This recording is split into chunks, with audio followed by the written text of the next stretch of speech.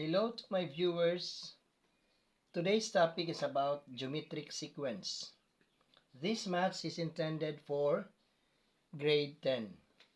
So I have here, find the 8 and 11 terms of each geometric sequence. I have here letter A and then letter B. For letter A, I have 5, 30, 180, and 1080. Now, how to solve the 8 and 11 terms? So, take note. A sub 8 and then A sub 11. So, these are the questions. So, for letter A, what are the given? A1 is 5. Now, how the common ratio? What is the common ratio between these numbers? So, this will be A sub 2 over A sub 1. What is A sub 2? A sub 2 is 30. And then A sub 1 is 5. So therefore, the common ratio is 6. Same with ratio 2. Ratio 2 will be A3 over A2. So what is A3? This one is A3 because this is A1, A2, A3, A4. So A3 is 180 over 30. So 0 will be crossed out. 18 divided by 3 is 6. So all ratios are equal. Okay? So I have here common ratio is 6. Now how to find the 8th term? So based from the basic formula of geometric sequence, A sub n is equal to A sub 1 common ratio raised to n minus 1. So in this case, I have here A sub 8 is equal to A sub 1, 5. And then my common ratio is 6. Raised to, the subscript is 8. 8 minus 1. So this will be 5, 6, times 6, 8 minus 1 is 7. So what is 6 raised to 7 power? So meaning multiply itself 7 times. So this will be 6 times 6 times 6 times 6 times 6. 1, 2, 3, 4, 5. 6 and then 7. So this will be 36 times 36 times 36 times 6. So 36 times 36. So this will be 36, carry 3. 18, 21. 18, carry 1. 3 times 3 is 9 plus 1, 10. So I've got 6, 9, 2, 1. So 36 times 36 is 1296. So 1296 times 36. So this will be 36, carry 3. 9 times 6, 54. Plus 3, 57, carry 5. 12, 17, carry 1. 6, 7. Then this will be 18, carry 1. 27, 28, carry 2. 6, 8. Then this will be 3. So I've got 6. This one is 15, carry 1. 16, carry 1. 16, carry 1. 4. I've got 46,656 times the last, which is 6. So this will be 36, carry 3. 30, 33, carry 3. 36, 39, carry 3. Wait. 6, 36, carry 3. 30 plus 3, 33, carry 3. 36 plus 3, 39, carry 3. This is 3 in here. Then 6 times 6 is 36 plus 3, 39, carry 3. 4 times 6 is 24, plus 3, 27. So, this is 279,936. So, this will be 5 times 279,936. This is A sub 8. And then, what is 279,936 times 5? 279,936 times 5. 30. This is 30, carry 3. 15 plus 3, 18, carry 1. 45, 46, carry 4. 45 plus 4, 49, carry 4. 35, 39, carry 3. 10, 13. So 1, 2, 3. So I've got 1,399,680. So that's my A sub 8. How about A sub 11? A sub 11. A sub 11 is equal to formula A sub 1 times R raised to n minus 1. So A1, okay, I will erase this one. A1 is 5, and then common ratio is 6. Since my subscript is 11, so I will write also 11 in here, minus 1. So this will be 5, 6 raised to 10th power. So 6 raised to the 10th power. Take note, this is 6 to the 7th power. So I need 3. Oh, sorry, 4. Oh, sorry, 10. 10, this is 4. So 200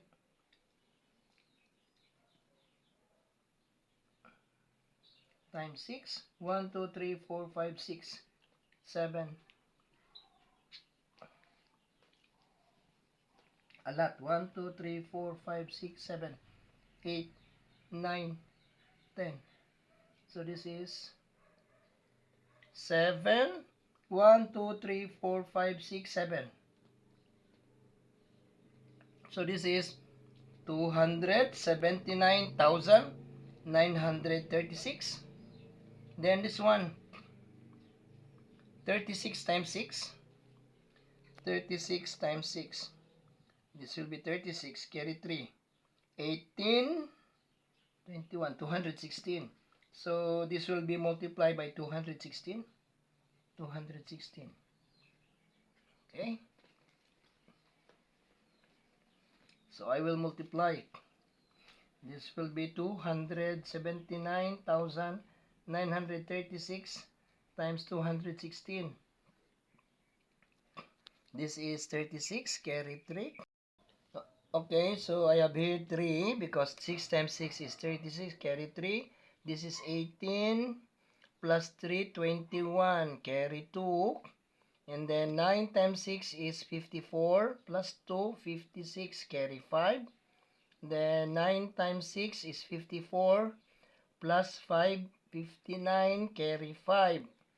7 times 6, 42 plus 5, 47, carry 4. 2 times 6 is 12 plus 4, 16. Okay, so for the next multiplier will be 1 times 6 is 6.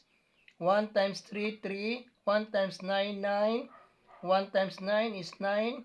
1 times 7 is 7. 1 times 2 is 2. Okay, the last multiplier. 2 times 6, 12. Carry 1. 2 times 3, 6. Plus 1, 7. 2 times 8 is 18. Carry 1. 9 times 2 is 18. Plus 1, 19. Carry 1. 7 times 2 is 14. Plus 1 is 15. Carry 1. 2 times 2 is 4 plus 1, 5. Sum up. 6. This will be 7. This is 11. Carry 1.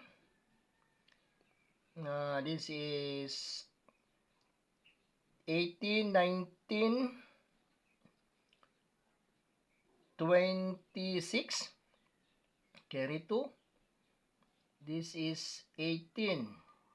18, 26. Carry 2.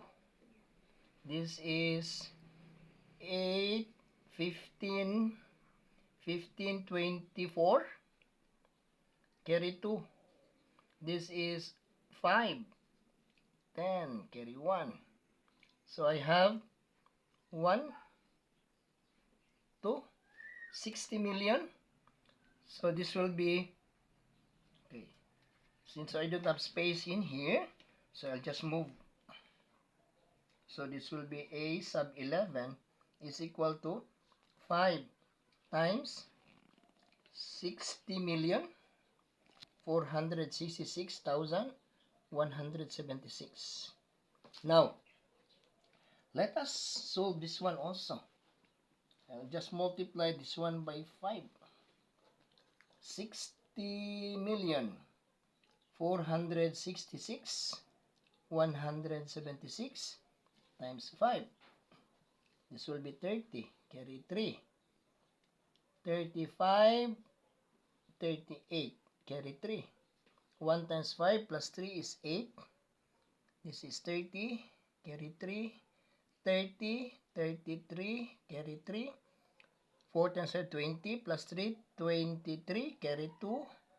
This is 2. And then this is 30. 1, 2, 3. 1, 2, 3. So I've got 302,330,880. So this is my A sub 11. Now, how do I check this one? This is a long process. So, starting from A sub 1, or the first term, until the last term, which is 302,330,880. So, starting from 5, this is 30, then this is 180, and then this is 1080. Just multiply by 6. So, 1080 times 6, this will be 0. 48, carry 4. This is 4. This is 6. So, I've got 6,480. Next, 6,480 times 6. 0. 48, carry 4. 24, 28, carry 2. 36, 38. So, I've got 38,880. 38,880. Next, 38,880 times 6. This will be 0. 48, carry 4. 48, 52, carry 5. 48, 48, 53, carry 5. This is 18, 23. So 200, 1, 2, 3, 4, 5, 6, 7 is 233,280. Then this will be comma. Next is 233,280 times 6. 0. 48, carry 4. 12. 16. Carry 1. 18 plus 1, 19. Carry 1. 18, 19. Carry 1. 2 times 6 is 12. Plus 1, 13. So I've got 139. 1 million, sorry. This is 1 million. 1, 2, 3, 1, 2, 3. So this is 1,399,680. So this is A sub 8, right? A sub 8. I think we get already this answer. I've got this answer already. So next is A sub 9.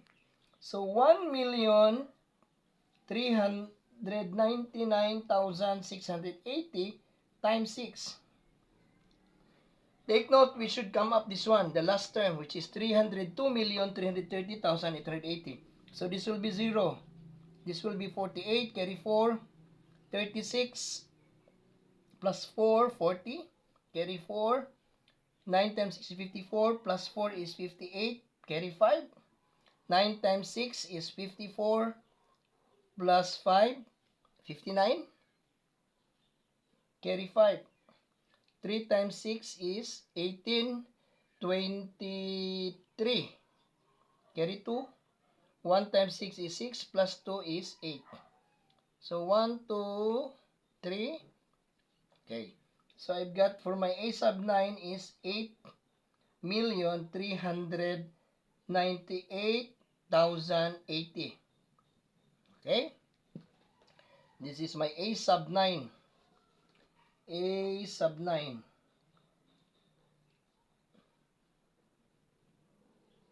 Next is A sub 10. Okay, I can erase this one. So 8,398,080 times 6. This will be 0, 48, carry 4. 0 times 6 is 0, plus 4 is 4. 48, carry 4. 54. Plus 4, 59. Carry 5. 18. Plus 5, 23. Carry 2. 8 times 6 is 48. Plus 2, 50. So I've got 5,039,000. 5 million. Oh, sorry. Why is it 5 million? It should be increasing. Sorry. So 1, 2, 3. 1, 2, 3. So 50 million, I mean. I was wrong. 50,398,480. Now the last, which is A sub 11. Hopefully we come up with this last term. If not, I'm wrong. So 50,398,480 times 6, 0, 48, carry 4, 24 plus 4 is 28, carry 2, 48 plus 2, 50, carry 5, 54 plus 5, 59, carry 5, 3 times 6 is 18, plus 5, 23, carry 2, 0 times 6 is 0, plus 2, that is 2, and then 5 times 6 is 30. So 1, 2, 3, 1, 2, 3. So the last is 390,880. So we come up with the same computation for A sub 11. So therefore, my answer is correct. That's all.